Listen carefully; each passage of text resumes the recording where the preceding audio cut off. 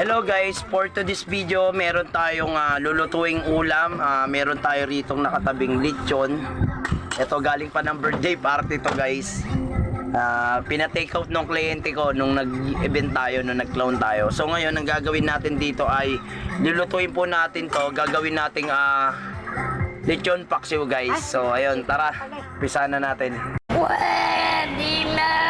A few minutes later. Umpisa na nga natin ang pagluluto at syempre ito bago tayo mag-isa, unahin na muna natin yung sibuyas at bawang. At ito iniwa ko na nga yung sibuyas guys at ready na lahat ng sangkap na ingredients na gagamitin natin. So at syempre ito, okay, ito lalagyan natin ng dahong bulaklak ng saging.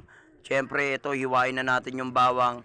At pagkatapos nating hiwain yung sibuyas at bawang, eto na, ipakikita ko lang sa inyo yung mga ilang ingredients lang na gagamitin natin para sa pagluluto. Tara, let's go! Umpisa na natin. Sinalang ko na nga yung kawali. Habang mainit na yung kawali, nilagay ko na yung mantika at bawang. Syempre, mekos-mekos lang, baka imekos pa ng iba. Charot! Syempre, eto na nga at pagkatapos niyan, sunod na natin yung ating sibuyas.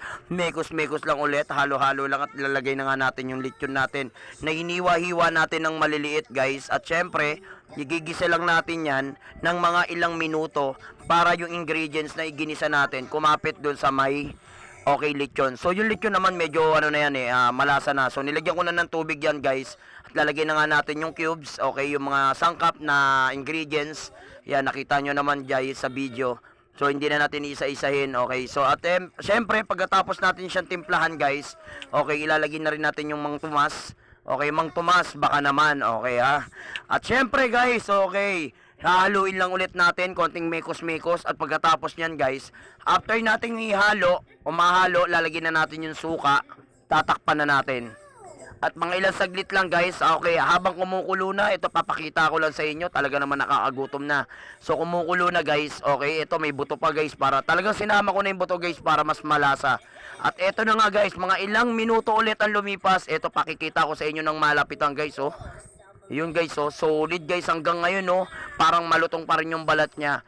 At syempre guys, okay, so pinakuluan ko lang ng maigi at ito, tapos na nga yung ating lechon paksiw at maraming salamat sa inyo guys. Bye bye!